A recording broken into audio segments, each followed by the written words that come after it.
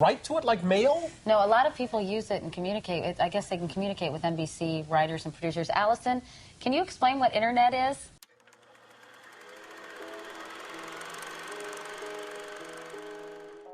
Internet débute dans les années 60 comme outil de partage d'informations au sein du gouvernement américain. Durant ces années, les ordinateurs étaient immobiles et prenaient la dimension d'une salle entière. Dès lors, l'information qu'elle détenait pouvait être seulement consultée sur place ou en envoyant ses bandes magnétiques par la poste.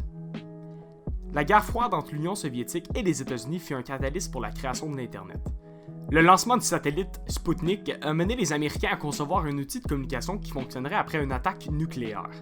C'est donc ainsi que l'APRANET, Advanced Research Projects Agency Network, est né et ce réseau s'est ensuite transformé à l'Internet que l'on connaît aujourd'hui. Le 1er janvier 1983 figure comme la date de naissance de l'Internet, car c'est le moment où le premier protocole de standardisation s'est établi. C'est-à-dire que les ordinateurs connectés à différents réseaux pouvaient enfin communiquer ensemble. Tous les réseaux étaient maintenant connectés par un langage universel. Web 1.0. En 1980, l'idée du web prend naissance chez Tim Berners-Lee lorsqu'il travaille au Conseil européen pour la recherche nucléaire, plus connu sous le nom de CERN. Exaspéré par le désordre du partage d'informations entre les centaines de scientifiques, l'informaticien britannique cite qu'il crée le web dans un acte de désespoir. Les éléments clés ainsi que la technologie nécessaire pour construire le web existaient déjà en majeure partie, le travail consistait à les rassembler. À l'aide d'étudiants, l'ambitieux projet voit le jour en 1989 lorsqu'il présente à son supérieur son système de partage d'informations. Selon son patron, la proposition était vague mais promoteuse, le World Wide Web est né. Le contenu des sites web, à ce moment, contenait seulement des textes et des informations pouvant être lues, mais aucune interaction n'existait encore dans la consommation du contenu. C'est pourquoi on l'appelle le web passif. Voici donc de quoi avait l'air le premier site web. Web 2.0, le web collaboratif. Vers les années 2000, on observe le premier pas vers la démocratisation du web. En effet, beaucoup d'outils et de programmes accessibles facilitent la création de sites web pour tous. La création et la publication sur le web n'est plus exclusive aux professionnels dans des domaines niches de l'informatique. Cette période marque donc le début des premiers blogs, fils d'actualité RSS et des wikis. L'internaute joue désormais un rôle important dans la création du contenu menant à une intelligence collective. D'ailleurs, Wikipédia est considéré comme étant le premier site web collaboratif à grande échelle, donnant naissance au Web 2.0. Peu de temps après, le paysage des communications est bouleversé par les premiers réseaux socio-numériques avec l'arrivée de Facebook, MySpace et Twitter. Dès lors, pour quelconque ligne d'affaires, il devient important de rejoindre son public en publiant son contenu sur le web par l'entremise des sites web ou via les réseaux socio-numériques. C'est de là que l'exploitation des données devient une richesse sur le web pour les grandes sociétés comme Google. Des interrogations sur les dangers que le web pose sur la vie privée débutent lorsque AOL, connu sous le nom de America Online, se font pirater leurs données en 2004 et plus de 92 millions de fichiers ont été compromis.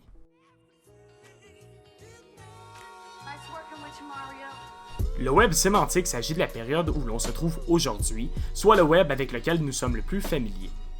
Il se décrit comme étant un réseau de données qui permet aux machines de comprendre la sémantique, soit le sens de l'information publiée sur le web.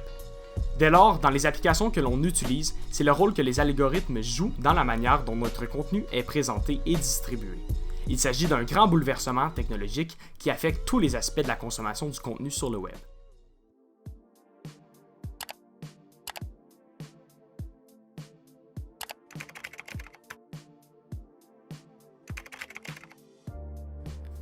Le 27 octobre 1994, le magazine Wired, connu sous le nom de Hot Wired à cette époque, qui porte sur les nouvelles technologies et ses incidences sur la culture, l'économie et la politique, lance la première bannière publicitaire cliquable sur le web. D'une taille de 468 pixels par 60, elle a été lancée avec 14 autres compagnies, dont Volvo, Club Med et AT&T. Ce serait celle du géant américain de télécommunications, AT&T, qui serait la première. La première bannière disant « Have you ever clicked your mouse right here? You will ». Le clickbait n'est donc pas quelque chose qui date d'hier. La technologie était tellement primitive que les internautes devaient télécharger les publicités par la ligne téléphonique. Beaucoup d'internautes détestaient ces publicités, mais elles ont prouvé être lucratives pour Wired et elles ont changé le monde publicitaire. En 1997, Ethan Zuckerman, un programmeur pour le site tripod.com, écrit le code pour les premières publicités pop-up. Initialement, l'idée était de pouvoir associer la publicité à la page de l'utilisateur sans directement la mettre sur la page en question. L'idée est survenue lorsqu'une grande marque automobile était effrayée d'avoir acheté une publicité sur le web célébrant du contenu explicite. Connu par tous comme étant l'un des types de publicités les plus nuisibles et énervants sur le web, Ethan s'est excusé de sa propre invention en 2014.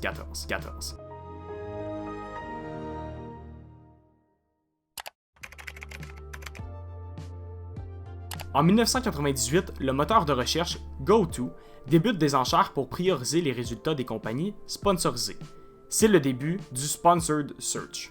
2 ans plus tard, Google crée AdWords, maintenant Google Ads, donnant cette même opportunité aux compagnies, mais pouvant également cibler l'internaute. C'est donc ici que voit le jour le marketing programmatique, qui utilise des logiciels et des algorithmes pour le déploiement de campagnes de marketing et de vente. Le processus d'achat, de vente et de recommandation est maintenant automatisé par le marketing programmatique. Étant encore aujourd'hui la plus grande plateforme de partage et d'hébergement vidéo, l'apparition des publicités bannières et vidéos sur YouTube débute en 2006.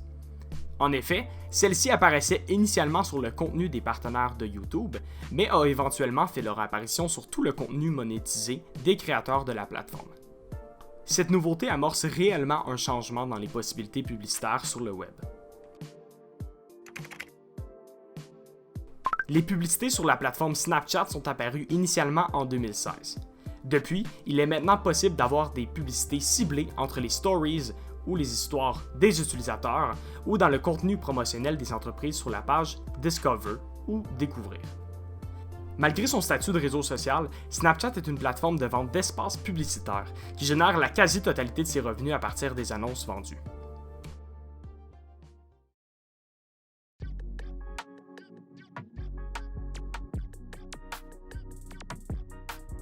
L'affichage web ou le display advertising est un type de publicité qui comporte un élément visuel ou graphique, soit une vidéo ou une image, qui peut apparaître sur un site, une application ou des médias sociaux. Cela donne également place aux publicités de retargeting, basées sur les cookies de l'utilisateur, lorsque celui-ci voit des publicités sur quelque chose qu'il a recherché auparavant.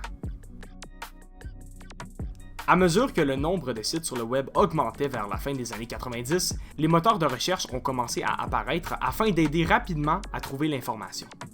Depuis, les moteurs de recherche ont développé des modèles d'affaires uniques pour financer leurs services. Par exemple, lorsque le consommateur tape des mots-clés dans un moteur de recherche, les publicités qui apparaissent sont des bannières publicitaires et des résultats qui sont ciblés en fonction des mots-clés ou en fonction de son comportement. Tout ce que l'on retrouve sur Kijiji, Lepak ou Craigslist, ce sont des annonces classées. Il s'agit d'une brève annonce, le plus souvent sous une rubrique particulière, pour faire connaître une offre ou une demande de biens ou de services. Lorsque l'intégration entre la publicité et le contenu est forte, le contenu éditorial du média va main en main avec celui de la publicité. En effet, la publicité native s'harmonise bien avec la plateforme et le contenu sur lequel elle apparaît, un peu comme un caméléon.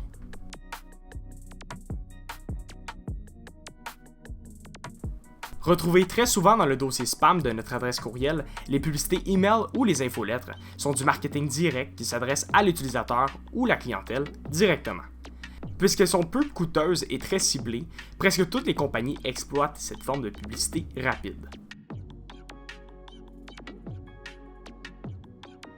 Le marketing de contenu est une forme de publicité créée et centrée autour de la marque. Le contenu peut être diffusé sur n'importe quelle plateforme que l'entreprise trouve pertinente et sous plusieurs formats différents, soit des vidéos, des blogs, des infolettres, des influenceurs et plusieurs autres.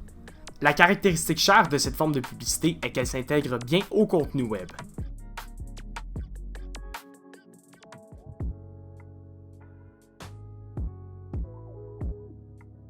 L'hiver dernier, Volkswagen prouve que ses véhicules sont conçus pour résister à l'hiver scandinave en mettant une salle de démonstration en plein milieu de la forêt suédoise.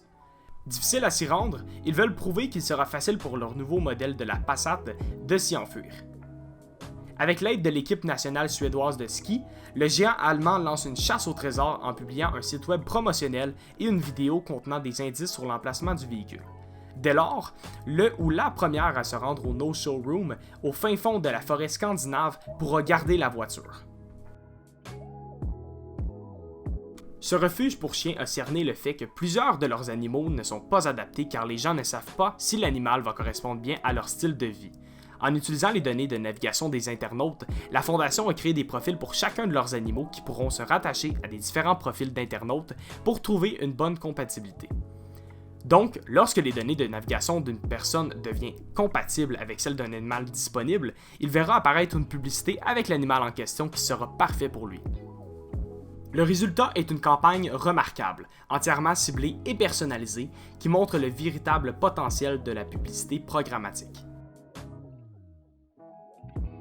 Un excellent exemple de marketing de contenu est le documentaire de Nike intitulé Breaking 2, The Documentary, pour promouvoir leur tentative de faire courir Eliud Kipchoge, un athlète Nike, un marathon en dessous de la barre de 2 heures. Dans le monde de cette discipline, un marathon à près de 2 heures a toujours été une barrière mythique insurmontable. Dès lors, l'exploit a fait le tour du monde lorsque le coureur réussit à le faire dans un circuit fermé et avec des nouvelles chaussures de Nike, avec l'aide de Nike Sport Research Lab. Cet événement était également pour promouvoir l'application de course de Nike, Nike Run Club.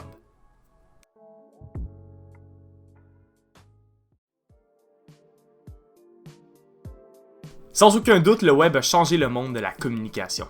Il a connecté le monde d'une manière qui n'était pas possible auparavant et a permis aux gens d'obtenir des informations, de partager et de communiquer beaucoup plus facilement. Il a permis aux gens de partager leur travail et leurs pensées via des plateformes socio-numériques, des blogs et le partage de vidéos. Les entreprises ont pu se réinventer avec de nouvelles opportunités de publicité et de créativité, soit des opportunités qui ne cessent de croître et d'évoluer sur le web. Il est désormais difficile de concevoir la communication et la publicité sans le web, comme quoi c'est un média d'ampleur et là pour rester.